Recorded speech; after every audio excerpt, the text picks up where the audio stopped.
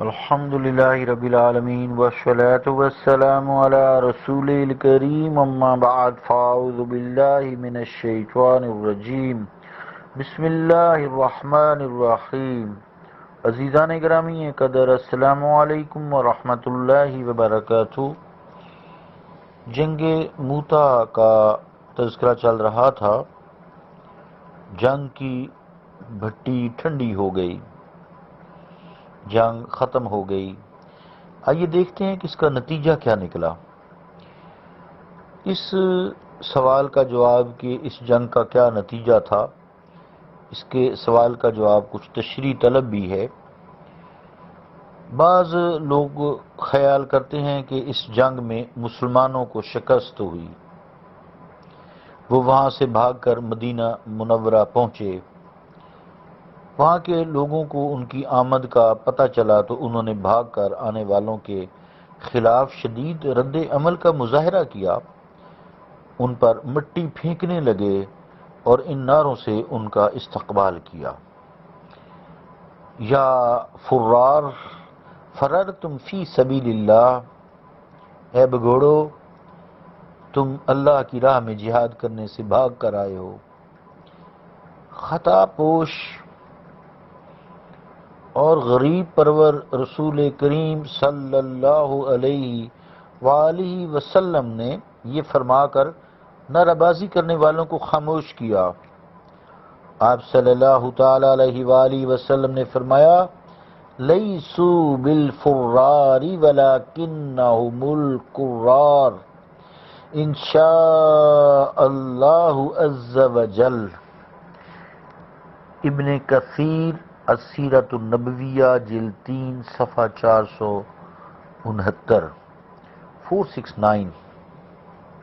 ترجمہ کیا ہے؟ لیسوا بالفرار، یہ بگوڑے نہیں ہیں، ولکنہم القرار، بلکہ یہ پلٹ پلٹ کر دشمن پر حملہ کرنے والے ہیں۔ انشاء اللہ عز وجل، انشاء اللہ تعالی۔ عزیزان گرامی قدر، ان روایات سے پتہ چلتا ہے کہ مسلمانوں کو شکست کا سامنا کرنا پڑا اور انہوں نے بھاگ کر جان بچائی۔ لیکن عزیزان گرامی قدر، یہ ایک غلط فہمی ہے، یہ خیال درست نہیں ہے، کیونکہ صحیح روایات میں اس کی تردید ہوتی ہے۔ مشہور سیرت نگار موسیٰ ابن عقبہ رحم اللہ نے اپنی کتاب المغازی میں لکھا ہے: ثم اصطلح المسلمون علی خالد ابن ولید المخزومی فہزم اللہ العدو واظہر المسلمین۔ تفسیر ابن کثیر السیرۃ النبویہ صفحہ 468۔ ترجمہ کیا ہے؟ پھر مسلمانوں نے باہمی مشورہ سے، ثم اصطلح المسلمون، پھر مسلمانوں نے باہمی مشورہ سے حضرت خالد بن ولید المخزومی کو اپنا قائد بنایا۔ فہزم اللہ العدو، اللہ تعالیٰ نے دشمن کو شکست فاش دی، وَأَظْهَرَ الْمُسْلِمِينَ، اور مسلمانوں کو غالب فرمایا۔ ایک دوسری روایت میں ہے، جس کے راوی حضرت انس رضی اللہ تعالیٰ عنہ ہیں، وہ فرماتے ہیں: ثم اخذ الراية سيف من سيوف الله ففتح الله على يديه۔ تفسیر ابن کثیر السیرۃ النبویہ جلد 3 صفحہ 468 469۔ عزیزان گرامی قدر، اس کا ترجمہ یوں ہے: پھر اللہ کی تلواروں میں سے ایک تلوار نے اسلام کا جھنڈا اٹھا لیا۔ ثم اخذ الراية سیف من سیوفی، کہ پھر اللہ تعالیٰ کی تلواروں میں سے ایک تلوار نے اسلام کا جھنڈا اٹھا لیا۔ ففتح اللہ علی یدیہ، اور اس کے ہاتھ پر اللہ تعالیٰ نے لشکر اسلام کو فتح ارزانی فرمائی۔ ان روایات سے یہ امر واضح ہو گیا کہ مجاہدین اسلام نے لشکر الاعداء یعنی دشمن کے لشکر کو شکست فاش دی اور مسلمانوں کو غلبہ اور کامیابی نصیب ہوئی، اس لیے ہم اسی بات چیت کو ترجیح دیں گے جس کی تائید ان صحیح روایات سے ہو رہی ہے۔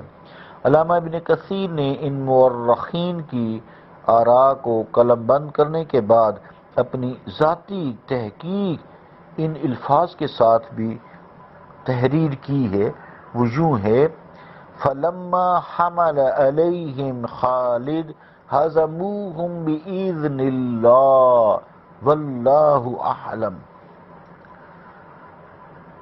تفسیر ابن کثیر السیرۃ النبویہ صفحہ 468۔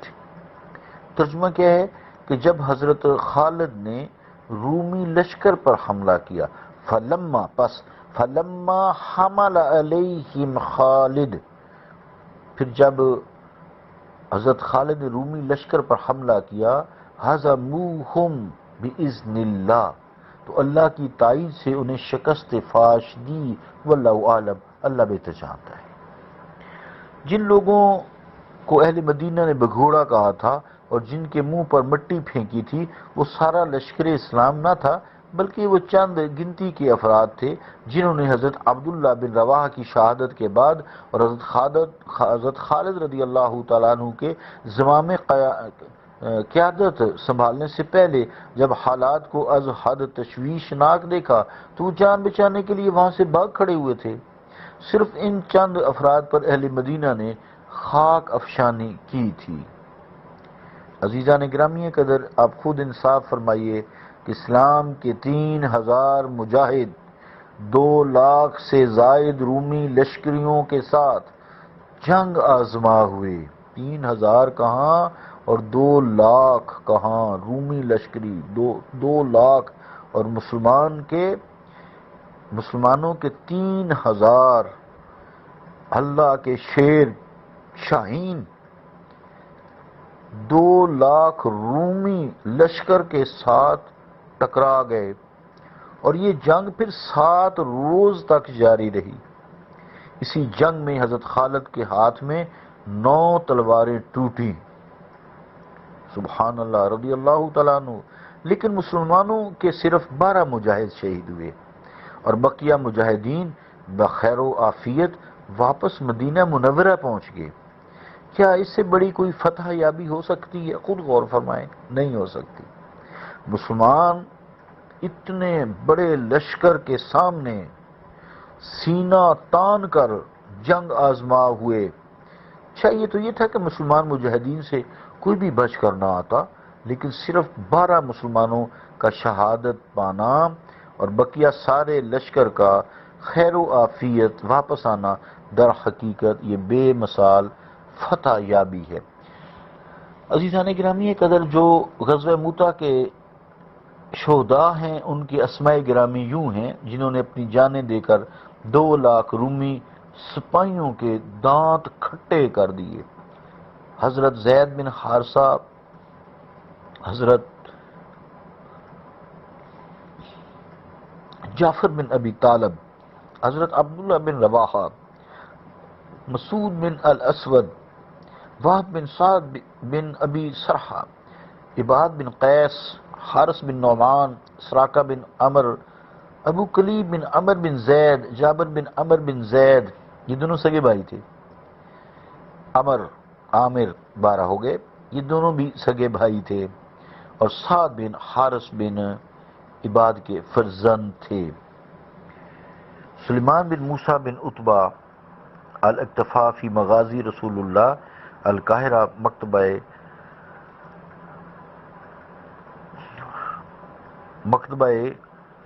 الحاشی، جلد 2، صفحہ 286۔